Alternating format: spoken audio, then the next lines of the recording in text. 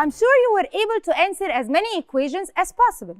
In the previous lesson, we learned the method that we use to solve these types of equations, and that when we multiply the powers of 10, the number of zeros in the product is the same as the number of zeros in the what? Two factors. So let's apply this method to the equations. Let's check problem 1. What do we have here? Okay, now if I check here, I have 5 multiplied by 1000. Now, how do I solve this? Let's check. We know that we have here 3 zeros. So when I multiply 5 by 1000, my answer is going to be 5000. Now let's move to problem 2. In problem 2, what do I have? It's so easy. I have 4 multiplied by 10. And what is my answer? The answer is 40. So let's write it down. Now let's move to problem 3. In problem 3, what do I have? I'm asked to find the product of multiplying 7 by 1000. So the answer is as simple as that. I have 3 zeros. So again, I have 3 zeros in my answer. So 7 times 1000, the answer is 7000. Now let's move to question 4. Question 4 is a little different. We have what? 10,000, and this is one of the powers of 10. We want to find the second factor. Now to get the second factor, I need to ask myself, what is the product that I have? I have 80,000. So let's count the number of zeros. The number of zeros in the product is what? 1, 2, 3, 4. Now what do I have here? Here I also have 4 zeros. So what am I left to get? That's easy. I will just write 8. So my answer will be 10,000 times 8 equals 80,000. Now this was easy, right? Now when I check here problem 5, what do I see? Let's check. I have 2 multiplied by a number here, and the answer is 2,000. So how do I get it? Yes, that's easy. The answer is 1,000. So this is it. I think this activity was so easy. Now we will head to the next activity. What is my next activity? It's called writing expressions. So we're asked to write an expression to complete each equation using the powers of 10 for each given number. We could write those equations like that. So for instance, if I look at number 1, what do I see? I see 3000 equals to the product of 2 numbers. So I can choose anything I want. For instance, I will choose 3 times 1000. Of course, you can write many other things. Like for instance, you can write 30 times 100 or 300 times 10. Now the most important thing is the total number of zeros should be 3. And this is the thing that I am going to check. So 3 zeros. Now let's continue. What do I have next?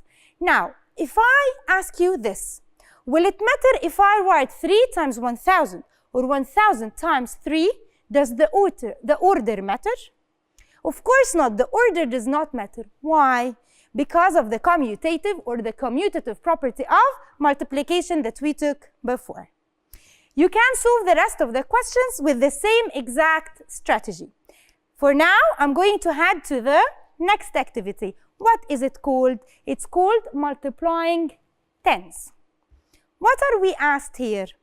We want to think of how many times 10 needs to be multiplied by itself to equal each given number. So, what do I see in these 4 problems? After we finish our lesson, you will have the chance to answer this activity. You can use your knowledge of noticing patterns of zeros, like what we've explained before. This will make it easier for us to solve the problems. So think about it after our lesson. For now, let's enhance our skills of multiplication while looking at the area model. Do you remember what we've taken before in the area model? Let's check. Let's look over here. What do I have? These two models represent what? They represent the multiplication of 427 times 32. Which one do you think would be easier for us to use? We could use 32, which is the smallest of the two factors, in 2 rows. So we will have 2 rows over here like that. Or we can use the what? We can use the 427. If I use the 427, what will I see? I will see 3 rows.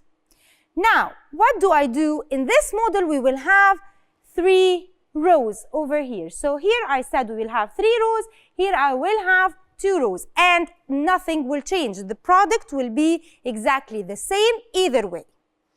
So, what do? Let's check. Do you remember this?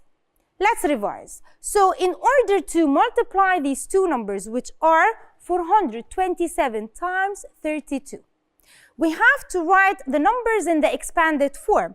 So, 427 will be 400 plus 20 plus 7. Now, what is the expanded form of 32? It is 30 plus 2. What comes next? What's the next step? We will multiply each and every single pair. So, I will start 400 times 30. The answer is 12,000. Now, what comes next? I'm going to multiply 400 by 2, and the answer is 800. Now, let's move to the second column. What do I have? 20 times 30, and the answer is 600. Then what comes next? I have 20 times 2, and the answer is 40. With the same exact way, we continue the third column. What do we have now? 7 times 30, the answer is 210. And at last, we have 7 times 2, the answer is 14. What do I do now? Do you remember the next step? Right, we will add the products together.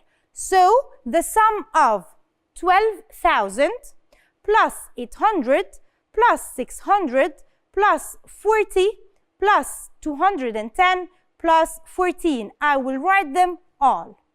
After I add, my final answer is going to be 13,664. So, the product of multiplying these two numbers, 427 times 32, is 13,664. How did I get the product? It's so easy. I just added. And the order, as always, does not matter in addition and in multiplication. So, how do you add? You use the method that you like. So, whatever order you choose and add. تقدر تتابع كل دروسك على تطبيق مدرستنا بلس. مدرستنا، المستقبل يبدأ الآن.